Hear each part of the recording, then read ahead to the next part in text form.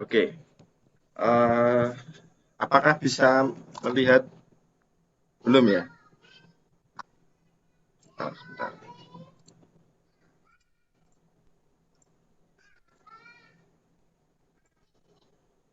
Apakah sudah bisa melihatnya full screen, teman-teman?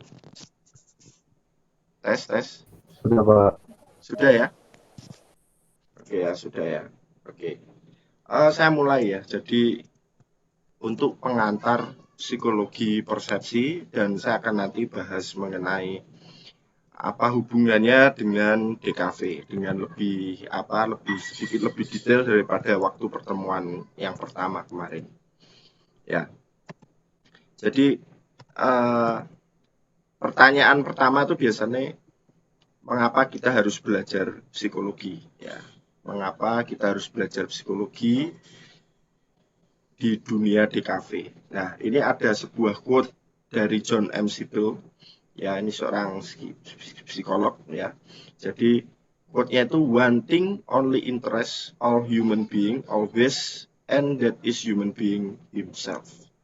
Ya, kurang lebih artinya itu hanya satu hal yang selalu menarik perhatian manusia, yaitu manusia itu sendiri. Ya, jadi yang paling menarik dari kehidupan manusia itu ya manusia itu sendiri gitu. Karena dari banyak hal yang kita lakukan, ya aktivitas-aktivitas yang kita lakukan itu yang paling menjadi misteri dan yang paling paling apa ya istilahnya membuat segala sesuatu eh, perlu digali itu sebetulnya ya apa yang ada di dalam diri manusia itu sendiri. Gitu ya. Nah, kenapa? Karena apa manusia itu unik ya, unik. Setiap manusia satu dengan yang lainnya itu berbeda. Diciptakan itu sangat unik, berbeda. Bahkan orang tua dan anak aja berbeda. Saudara, kakak dan adik berbeda. Bahkan orang yang dilahirkan kembar ya identik secara muka, secara wajah, secara fisik identik itu tetap individu yang berbeda. Jadi keunikan-keunikan inilah yang sebetulnya itu akan menjadikan setiap manusia itu penuh dengan misteri, ya misteri yang menarik untuk digali. Ya, nah karena manusia itu kan bukan cuman sekedar makhluk yang apa ya, yang bisa dilihat, yang secara physically aja nggak cuman itu, tapi di balik itu kan apa yang ada di dalam manusia itu kan yang paling misteri itu justru yang tidak bisa dilihat itu. Nah, apakah yang tidak bisa dilihat itu ya salah satunya itu adalah jiwa itu tadi. Ya, jiwa. Nah, ini ya. Ini salah satu pengantar quote ini supaya ini lebih menggugah kenapa kita perlu belajar yang namanya psikologi. Nah, ini tadi saya sudah membahasnya ya karena manusia itu seperti misteri ya atau teka-teki. Jadi, nah psikologi itu merupakan ilmu yang mudah. Jadi dibandingkan ilmu-ilmu yang lain seperti astronomi, matematika itu kan sudah lama sekali ya. Sejak zaman dahulu kala, sejak zaman Kopernikus dan apa namanya, mungkin Leonardo da Vinci itu kan itu sudah lama sekali ada kalau astronomi dan matematika. Bahkan ilmu kedokteran pun itu jauh lebih tua. Nah, kalau apa namanya psikologi ya psikologi itu ternyata ilmunya itu diakui sebagai ilmu sebagai sebuah ilmu sains ya itu ternyata kurang lebih itu baru sekitar abad 20 ya baru sekitar abad 20 ya jadi ketika kita masuk ke tahun 1900-an kira-kira nah itu baru populer ya baru populer dan yang paling berjasa ya mempopulerkan yang namanya ilmu psikologi itu namanya adalah Sigmund Freud ya Sigmund Freud. Nah, tokoh Sigmund Freud ini nanti kita akan bahas secara detail di pertemuan yang akan datang ya. Siapakah ini Sigmund Freud? Ya, jadi memang dibandingkan ilmu-ilmu yang lain itu psikologi relatif mudah. Oke. Nah, ini tadi saya sudah jelaskan. Nah, karena manusia itu misteri ya, misteri. Karena lebih susah mencari tahu, memahami, dan mempelajari hal-hal yang tidak terlihat daripada fisik yang terlihat. Nah, itulah yang mengakibatkan ilmu psikologi itu lebih terlambat muncul dibandingkan ilmu kedokteran. Kalau ilmu kedokteran itu kan terlihat, ya. Badan itu kan secara biologis itu lebih terlihat, meskipun itu mungkin ada di dalam tubuh, tapi itu kan bisa dibedah, gitu. Istilahnya bisa dibedah. Jantung itu seperti apa, ginjal seperti apa, itu kan bisa dibedah. Tapi kalau psikis kan tidak bisa dibedah. Dalam arti fisik kan tidak bisa. Nah, makanya apa namanya?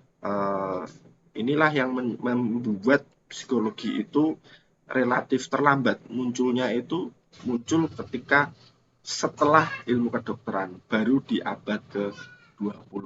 Ya, kira-kira seperti itu. Nah, lalu sekarang pengertian. Nah, pengertian. Apa itu psikologi? Nah, jadi artinya apa sih psikologi? Jadi secara gampang, ya, secara gampang. Ini psikologi itu etimologisnya itu berasal dari dua kata, yaitu psike dan logos. Ya, psike artinya jiwa, logos artinya ilmu. Ya, kalau disingkat berarti ilmu yang mempelajari tentang jiwa atau ilmu jiwa gitu. Jadi secara harafiah itu mudahnya itu memang hanya ilmu jiwa atau ilmu yang mempelajari tentang kejiwaan. Ya, itu secara etimologis. Nah, tentunya kalau kita ngomongin definisi, nggak cuman sekedar etimologis saja. Jadi ada definisi-definisi yang muncul dari para ahli. Ya, definisi-definisi yang muncul dari para ahli itu apa saja sih, misalkan. Nah, contoh nih ada beberapa ya, contoh dari Ernest Hilgert ya. Yang pertama, ini psikologi adalah ilmu yang mempelajari tingkah laku manusia dan hewan. Jadi nggak cuma mempelajari jiwa, tapi juga tingkah laku. Nah, tingkah laku itu behavior ya, behavior. Jadi apa namanya, karakteristik.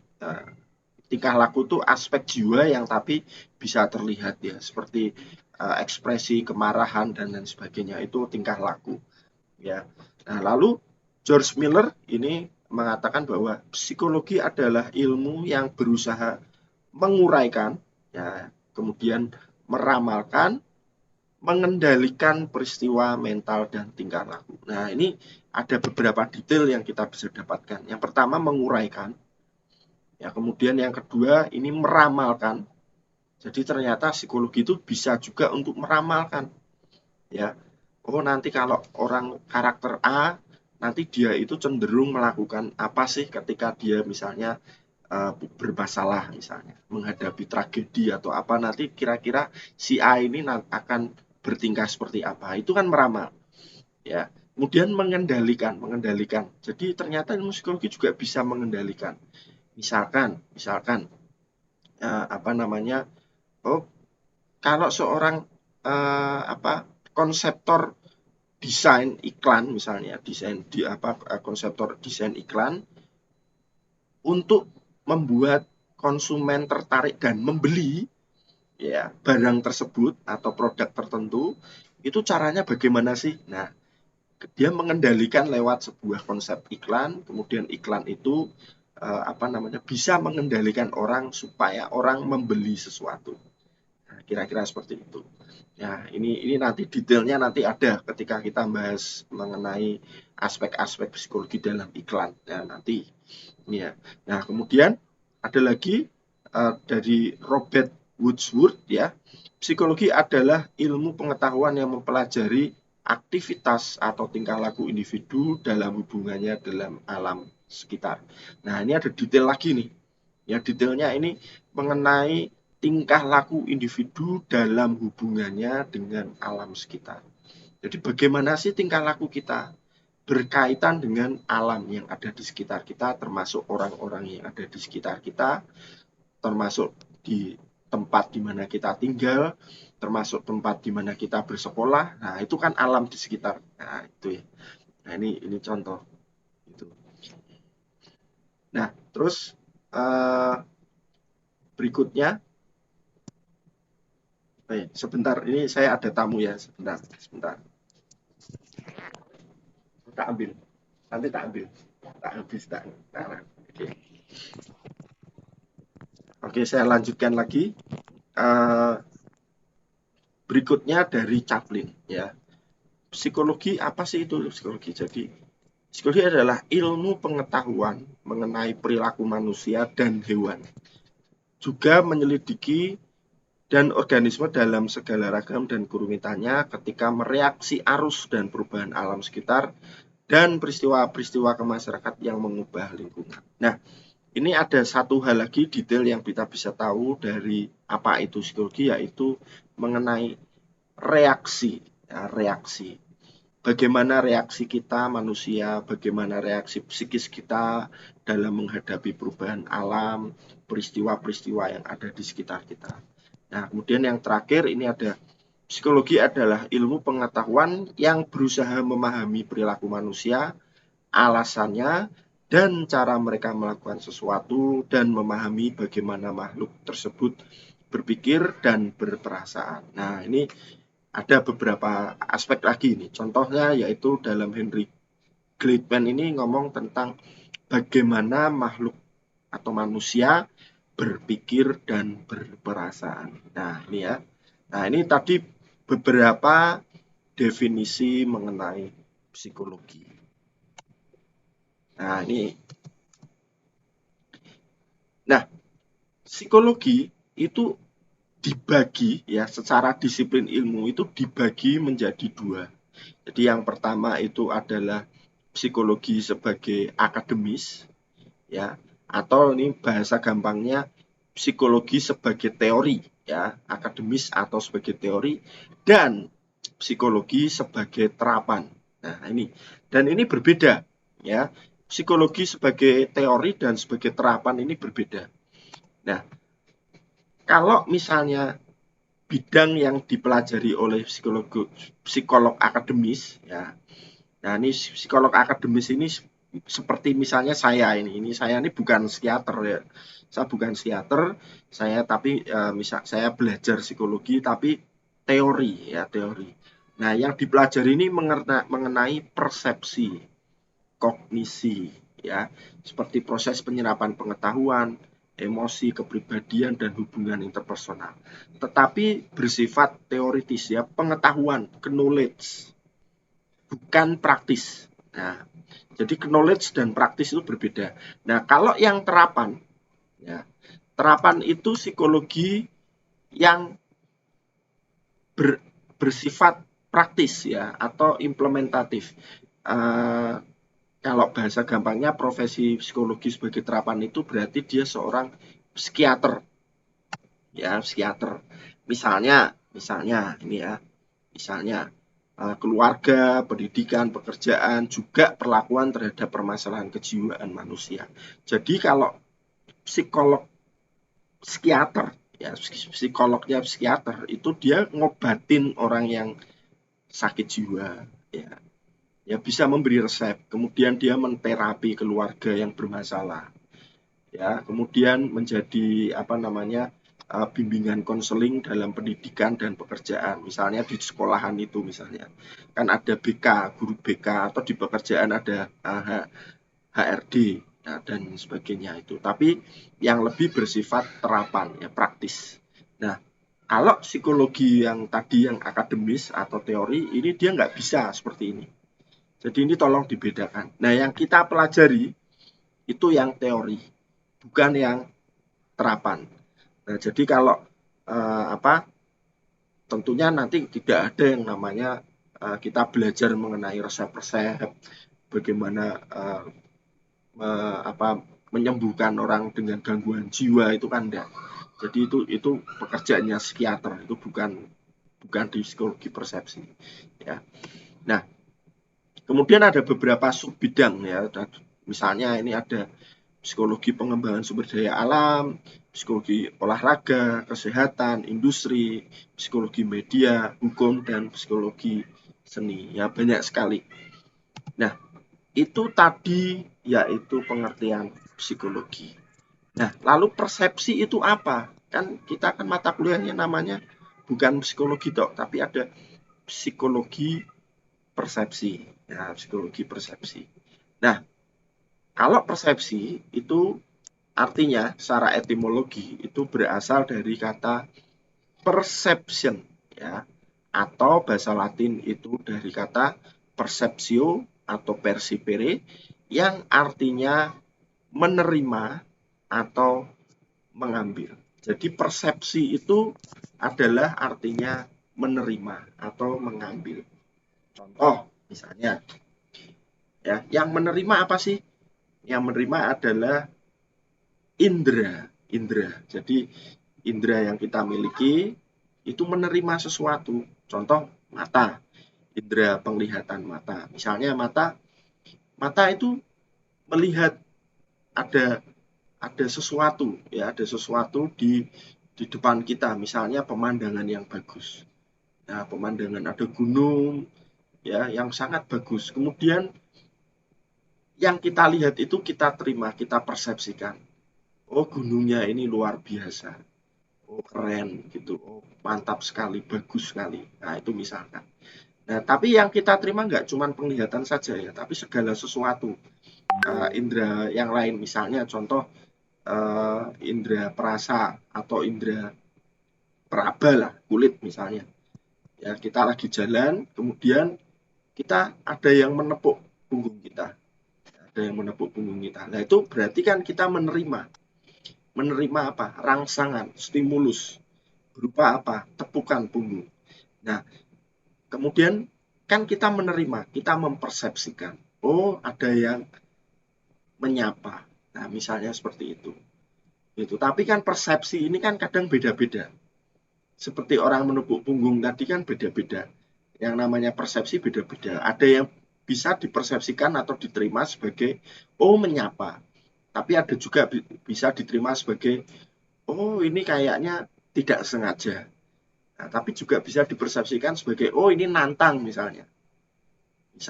Bisa juga misalnya oh ini mau mencoba mencopet atau bagaimana. Misalnya. Nah, itu kan persepsi kan beda-beda. Ya, tergantung nanti seberapa intensitas dari stimulus yang kita terima. Ya, kira-kira seperti itu. Nah, kalau dibahasakan lebih detail, apa itu persepsi? Ya, jadi bahasa sederhananya tadi kan definisinya itu sederhananya yaitu menerima. Tapi kalau detailnya, versi panjangnya, persepsi itu adalah proses menerima, kemudian menyeleksi, lalu mengorganisasikan, mengartikan, menguji, dan memberi reaksi terhadap rangsangan panca indera atau data. Nah, nanti ada detail yang bisa saya sampaikan mengenai persepsi ini, tapi ini ada di pertemuan yang akan datang. Tapi kurang lebih mungkin kita bisa pahami sebagai apa itu persepsi, yaitu proses menerima. Nah, sementara itu dulu ya, untuk nanti detailnya nanti saya akan sampaikan di pertemuan yang lebih spesifik mengenai persepsi. Nah, tadi psikologi apa sudah dibahas. Persepsi apa sudah dibahas. Nah, sekarang kalau digabung, apa itu psikologi persepsi? Kalau psikologi kan tadi ilmu yang mempelajari tentang jiwa. Sedangkan persepsi yaitu menerima atau memaknai lah, gitu misalnya. Ya. Nah, kalau kita gabung berarti apa itu psikologi persepsi? Yaitu ilmu yang mempelajari kondisi tingkah laku manusia saat menerima, menyeleksi, mengorganisasikan, mengartikan, menguji, dan memberi reaksi terhadap rangsangan panca indera atau data. Nah, ini versi panjangnya. Nah, ini versi panjangnya. Nah, lalu pertanyaannya, mengapa kita seorang desainer ya, atau mahasiswa desain komunikasi visual mesti belajar psikologi persepsi. Hubungannya apa sih dengan DKV? Ya, jadi psikologi emangnya apa sih hubungannya? Nah, kita bisa lihat skema berikut ini. Ya, ini adalah skema mengenai desain komunikasi visual dengan hubungannya dengan bidang-bidang ilmu yang lain. Jadi, teman-teman, DKV itu salah satu ilmu atau program studi yang memiliki banyak sekali singgungan bidang studi yang lain. Jadi bisa dikatakan DKV itu adalah salah satu program studi paling general, ya paling general.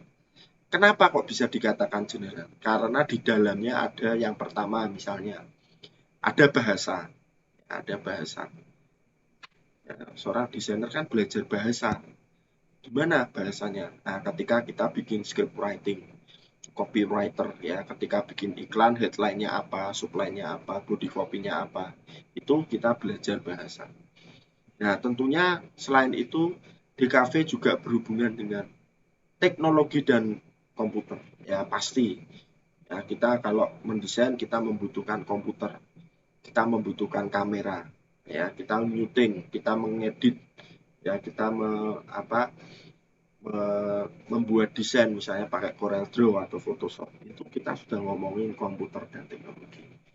Ya, lalu DKV juga berhubungan dengan komunikasi. Ya pasti, ya di dalam desain itu untuk berkomunikasi.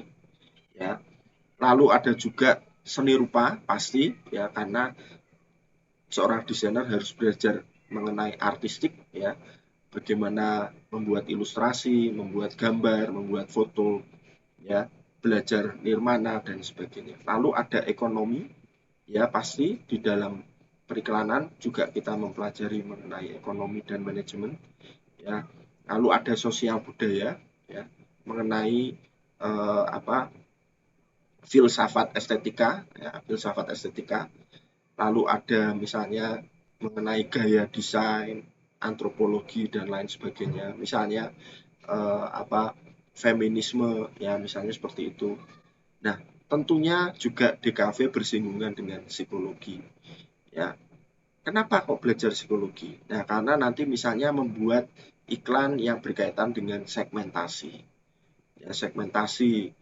Kalau kita merancang iklan untuk segmentasi menengah atas, mesti bagaimana sih psikologinya? Nah, lalu kita harus persuasif, mempelajari bagaimana cara mengendalikan orang, itu kan juga perlu.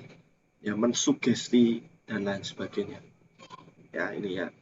Nah, contoh paling gampang ini misalnya aspek psikologi dalam iklan itu kan salah satunya memberi rasa bersalah. Nah, memberi rasa bersalah. Maksudnya bagaimana memberi rasa bersalah? Contoh misalnya baju, ya baju.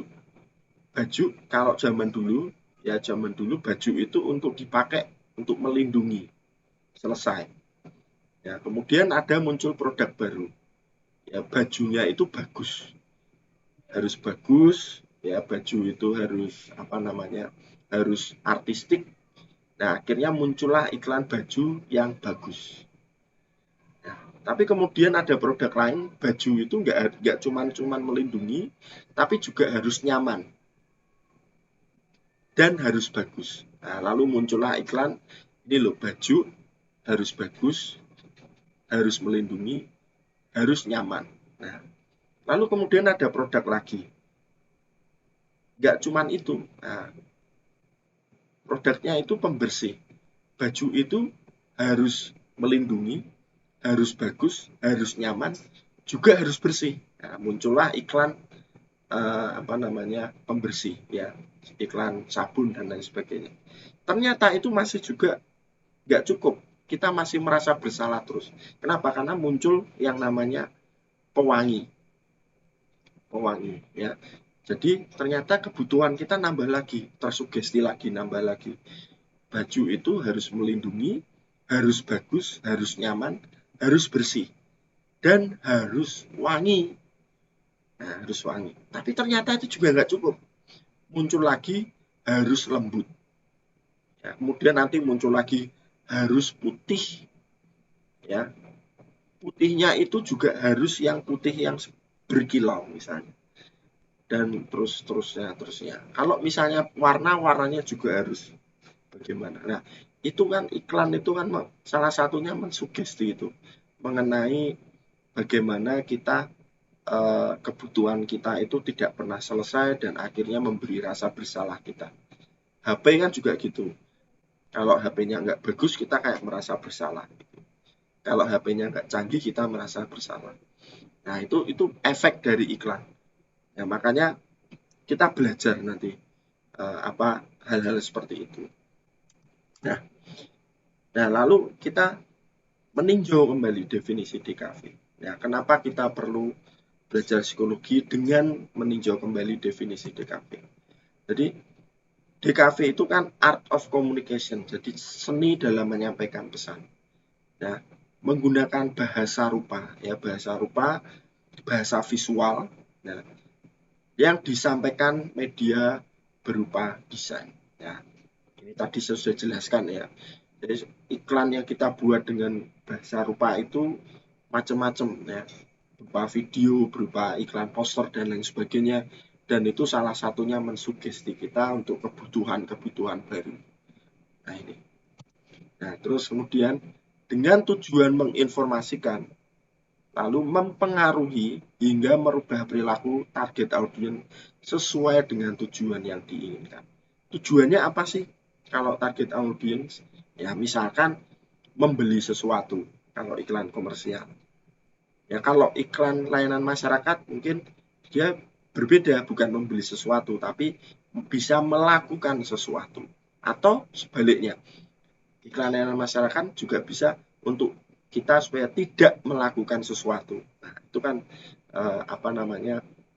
mempengaruhi ya. Kalau iklan layanan masyarakat misalnya mengenai rokok kan berarti kan bagaimana cara orang agar tidak merokok gitu.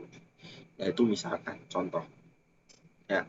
Nah, itu belajar psikologi nanti kita bisa sampai nanti arahnya nanti ke sana. Ya. Nah, aplikasi psikologi persepsi dalam DKV. Contoh. Ya, contoh. Bahwa ada faktor yang harus menyampaikan suatu pesan yang sifatnya persuasif. Maka peranan psikologi persepsi sangat dibutuhkan di sini. Sebagai penyampai pesan, kita harus memahami keadaan dan sifat-sifat dari sasaran kita. Target audience ya, sasaran itu target audience. Dengan kita memahami apa, siapa, dan bagaimana sasaran kita, maka semua apa yang kita sampaikan akan mengena dan efisien. Ya, ini contoh ya. Misal tadi ILM misalnya. Ini contohnya aplikasi psikologi dalam iklan layanan masyarakat. Iklan narkoba. Ya.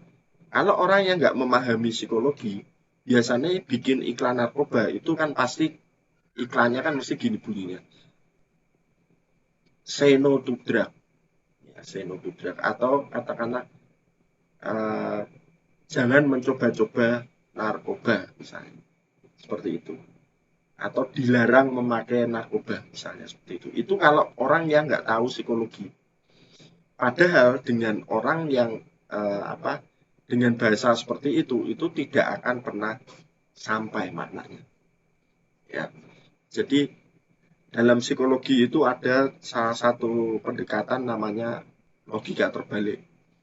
Logika terbalik itu adalah ketika kita menyampaikan sesuatu, ya, dengan mengucapkannya, maka orang akan mengingatnya atau memunculkannya. Memunculkan itu dalam imajinasi. Contoh, jangan pikirkan ayam, misalkan. Jangan pikirkan ayam. Di saat saya ngomong jangan pikirkan ayam, pasti kalian semua menjadi memikirkan ayam. Ya kan? Nah, sama juga seperti drug tadi atau narkoba. Jadi sebetulnya ketika say no to drug itu justru orang memikirkan drug. Jadi kata jangannya itu tadi menjadi tidak lagi memiliki kekuatan. Nah, itu salah satunya seperti itu. Nah, makanya kalau orang tahu psikologi itu biasanya membuat iklan narkoba itu justru dia itu tidak melarang. Ya, tidak menggunakan kata-kata larangan. Karena kata-kata larangan itu tidak lagi efisien. Ya, tidak lagi efisien. Ada contoh itu malah justru menggunakan logika terbalik itu menyuruh. Mau mati, silahkan coba. Nah, misalnya seperti itu. Mau di penjara, silahkan coba. Nah, jadi apa menggunakannya pendekatannya malah justru dibalik, menyuruh dengan memberi konsekuensinya. Nah, ini contoh aplikasi psikologi dalam desain komunikasi visual. Nah, ini contoh lain misalnya mengenai psikologi warna, kemudian teori-teori psikologi dalam iklan. Ini nanti kita semua akan bahas ini satu demi satu mengenai ilusi dan visual persepsi. Kemudian ada gestalt ya dan lain sebagainya. Ini nanti detail dari setiap materi-materi ini nanti akan tersebar di dalam materi-materi setiap minggu kita. Oke, nah ini ada daftar pustaka ya dari mana saya mendapatkan materi-materi tersebut. Nah kurang lebih sampai di sini untuk slide-nya. Mungkin apabila nanti ada pertanyaan Anda bisa bertanya. Saya stop sharing ya.